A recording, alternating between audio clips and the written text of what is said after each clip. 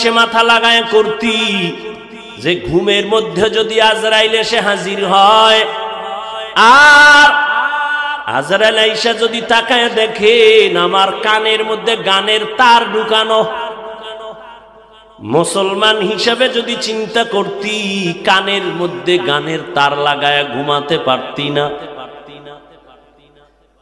আল্লাহর ভয় তাকওয়া নাই, এ কারণে বয়ান তো তুমিও জানো, এরপরও আমলের খাতা বড় শূন্য। এর কারণ কি? একমাত্র কারণ জাহান্নামের আযাবের ভয় অন্তরে নাই, তাকওয়া নাই। হারকে দারাত খৌফে হকদার দিল মাদাম জন্নাতুল মাওয়া দেহদ উ রামাকাম জুজবা হকচি জে মখাজ ইনসো জা ফজলে উআ মস্তে দরজুম লা জাহা। কত সুন্দর কণ্ঠওয়ালাদের, কত সুন্দর হামদে বাড়ি তাআলা, কত সুন্দর নাতে রাসূল। এগুলো শুনো, গান শুনো না। সারা রাত মোবাইলের ডিউটি তো করবি, আমার বয়ানি কি আর হেদায়াত হবে? তবে দাবি আমারে যুবক, মাঝে মাঝে যখন ঘুমাইয়া মোবাইলের ডিউটি শেষ, এখন ঘুমে যাবি যাবি ভাব, মাঝে মাঝে আমার একটা আবদার রক্ষা করিও। যখন তুমি ঘুমায় যাইবা তোমার মোবাইলের ডিউটি শেষ, ঠিক ওই সময় ইউটিউবে ঢুইকা সার্চ দিবা কোরআন তেলাওয়াত, দেখবা মক্কা মদিনার ইমাম সেখানে হাজির। একজনার তেলাওয়াতের উপরে টাচ করে মোবাইলটা ওপেন করো, তেলাওয়াত চলতে থাক, বালিশের কাছে মোবাইলটা রাইখা আস্তে ঘুমায় যাও, তেলাওয়াত শুনতে শুনতে ঘুমায় যা। ইনশাআল্লাহ এক সপ্তাহের মধ্যে নিজেই চোখের পানি ছেড়ে তওবা করবি। কোরআন তেলাওয়াত শুনবো, নাত শুনবো, আর গান বাদ্যের আওয়াজ কানে নিব না। यहाँ हम सब मुसाफिर दिल ना लगा, अहले दिल की नजर से रूह करता जा। यहाँ हम सब मुसाफिर दिल ना लगा, अहले दिल की नजर से रूह करता जा। शाह दौलत सब फकीर घर नेक ने है, शाह दौलत सब फकीर घर नेक ने है। जिंदगी में बंदगी तू कर नहीं, जिंदगी में बंदगी तू कर नहीं,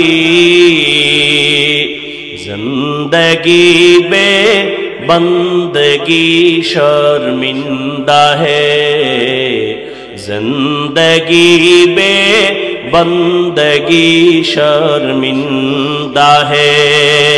जिंदगी में बंदगी कुन बंदगी, बंदगी बे जिंदगी शर्मिंदगी। ৭২ দল জাহান্নামে যাবে, এক দল জান্নাতে যাবে। সাহাবায়ে কেরাম বললেন মান হিয়া ইয়া রাসূলুল্লাহ। ৭৩ দলের মধ্যে যেই দলটা জান্নাতে যাবে তাদের পরিচয়। রহমতের নবী বললেন এই বক্তব্য যা কিছু সব শেষ, বাকি শুধু হাত উঠাবো আর মোনাজাতটা দিব, এই কামটাই বাকি। আপনারা ইশারা দিলেই কিন্তু আমি মোনাজাত দিয়ে ফেলাম, আর হাত যদি উঠাইয়েই ফালাই, চিল্লাইলেও আর হাত নামবে না, বয়ান হবে না। চিল্লাইলে বুঝবো মোনাজাতে অ্যাকশন শুরু হয়েছে, আর বয়ান হবে না। আর একটা পয়েন্ট মনে রাখবেন আজীবনের জন্য, বয়ান হওয়া ভালো মন্দ সবকিছু এটা বক্তার কোনো এলেমের ক্রেডিট না, বাহাদুরি না। আল্লাহর জাতের কসম, বক্তার বয়ান ভালো মন্দ সবকিছু নির্ভর করে শ্রোতাদের অন্তরের মোহাব্বত আর আকর্ষণের উপর। আমি এখন যতক্ষণ বয়ান চালাবো শুধু আপনাদের আন্তরিকতা আর মোহাব্বতের উপরে। আপনার জরুরতে আপনি উঠবেন, বাসায় যাবেন, আমার জরুরতটা কি কম নেই? আমিও উঠে চলেন। নিজের ক্ষতি করবেন না, অন্যের ক্ষতি করারও দুঃসাহস করবেন না। আপনার যদি দীর্ঘ টাইম বসার পাওয়ার না থাকে, ভিতরে ঢুকছেন কেন?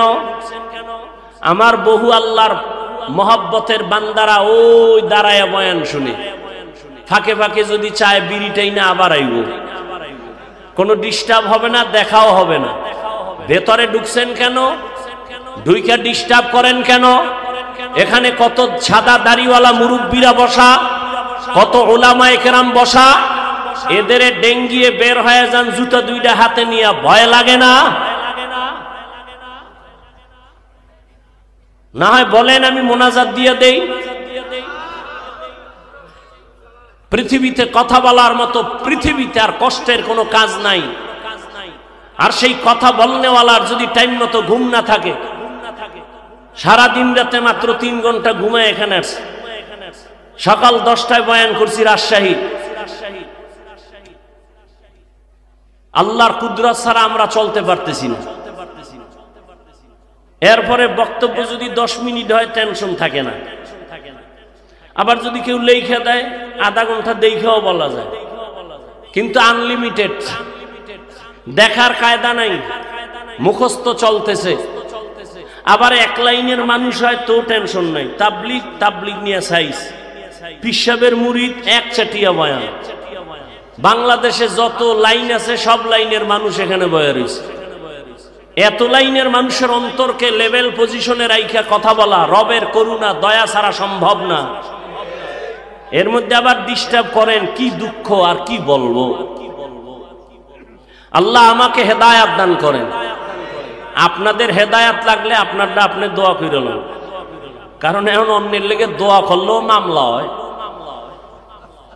বুঝেন না কথা? পিরোজপুরে দোয়া করছি এহসানের জন্য। কেন? সুদ মুক্ত ব্যবসা, এটা রহমত। সুদের ব্যবসা রহমত না সুদ ছাড়া ব্যবসা রহমত? সেই দোয়া করছি। অলিপুরি সাহেব সেই দোয়া করলেন। মুফতি মিজানুর রহমান সাইদ সাহেব আমারে ধইরা নিয়ে গেলেন, আমি চিনি না সেই জায়গা, কানা যাইতে হইব। গেলাম, গিয়ে দেই এনে ডিসি এসপি এগো ক্যারেজ দিতেছে, সবাই প্রশংসা করলেন। আর আমারে মাওলায় কথা বলার মধ্যে দিয়া একটা ছিদ্র রাইখে দিছে, আল্লাহ বলাইছেন। শেষে বলছিলাম দুনিয়ার লোভ যদি ঢুকে যায় তো ঠিকই ঢুকছে, দুনিয়ার লোভ ঢুকছে। ঢোকার কারণে অন্যের টাকা নিজের মনে করলে গজব নেমে আসে মরার আগে। অন্যের টাকা নিজের মনে করলে গজব নেমে আসে। অথচ আল্লাহর জাত ও সিফাতের কসম, একটা পয়সা পর্যন্ত হারাম ভাবে, নাহক ভাবে, অবৈধ ভাবে জীবনে আসে নাই। আমি সেই বাবার সন্তান যে দস্তারখান যদি না থাকে প্লেটের নিচে, আমার বাবা প্লেট টেনে নিয়ে যাইতেন, খানা দিতেন না। মাকে ধমকাইতেন দস্তারখান দাও নাই কেন। আর এখন তো আমার যুবকরা দস্তারখান চিনেই না। এক জায়গায় দাওয়াত দিছে, খাইতে গেছি, দস্তারখান কই, কতক্ষণ পর পত্রিকা লইস। আমি বললাম এই লেডিস আর জন্ডিসের ছবি হবে না, কাপড়ের নাই, প্লেট থুয়ে যে গেছে। আমি কি পিছের দরজা দিয়ে কি ভাগলো? দীর্ঘ টাইম পরে ম্যাডামের ওড়না নিয়ে এসে, দস্তারখান চিনে না। পরে আমার পকেটে একটা দস্তারখান রাখি সব সময়। আমার আম্মাই ওয়াজ করছেন, শিখাইছেন ছোটবেলা থেকে, সব সময় রাখি, ঠেকায় কাজে লাগবে। এই জন্য গাছ ভালো হইলে ফল ভালো হয়। শুরুতে বইয়েই তো বলছি, আলেমের বিরোধিতা যারা করে সবগুলো মা বাবার অভিশপ্ত সন্তান। হাফিজুর রহমান তোমার এত সম্মান কেন একজনে জিগায়? আমি বললাম যত লাইন তুমি পাইবা আমার লাইন একটা, মা বাবার কান্না, আমার উস্তাদদের দোয়া, ওলামায়ে কেরামের নেক নজর। আমার কোনো পুঁজি নাই তো, সেটা তোমার বলতে হবে কেন? আমিই তো বলতেছি। দেখি এতে যদি আমার সম্মান কমে যায়, দেখি কতটুকু কমে। এই আমার হাতের এই দস্তরখান, এখন দস্তরখান চিনবে দূরের কথা, দস্তরখান লাগে না বইলে বহু বয়ান চলে। কি চলে না? জাগা যার বয়ান সে করুক, আমারটা আমি বলতেছি। আল্লাহ আমাকে হেদায়েত দান করুন, আপনাকে হেদায়েত লাগলে কইয়ালাম।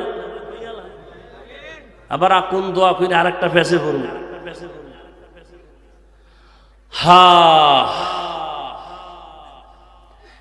दुनिया में हो दुनिया का तलबगार ना हो,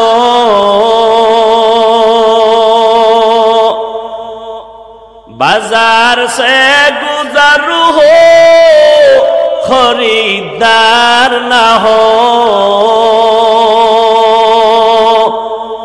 ये दुनिया एक मिसल कागज फूल है, ये दुनिया एक मिसल कागज फूल है।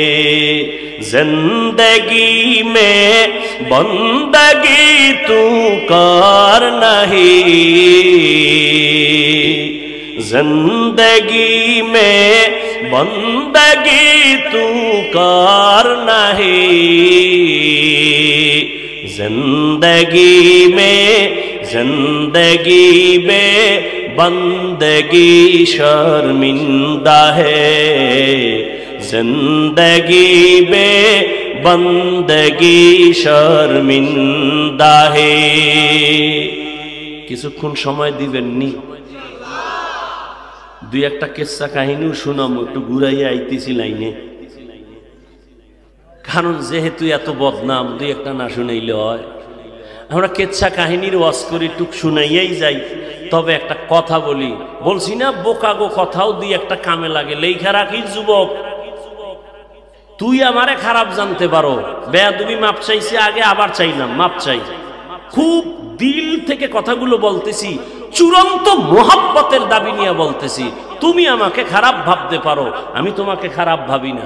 আমি তোমাকে কলিজা দিয়ে মোহাব্বত করি। তুমি বলো হাফিজ ভাই এখন নিচে নাইমে আমার পাও ধরো, আমি দাঁড়িয়ে রাখবো। বল, আমি এখন নিচে নেমে আসবো। আমি কোনো হুজুর বানাইতে কেউ এখানে আসি নাই। বলছি তুমি যেখানে আছো ওখানে থাইকা জানো আল্লাহকে নিয়ে আর জান্নাত পাও, সেই পরামর্শ শুধু দিব। তবে ডিস্টার্ব করো না বাবা, একটু সময় দাও। কত রাত তো গুনায় কাটায় দিতেছো, এখানে আল্লাহর বান্দারা বসে আছে, না জানি বসাটা নাজাতের ওসিলা হয়ে যায়। আল্লাহ কবুল করে।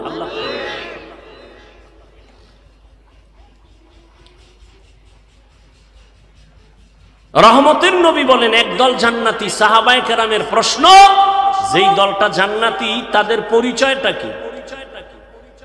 এবার নবী কি বলছেন কথাটা শুনেন।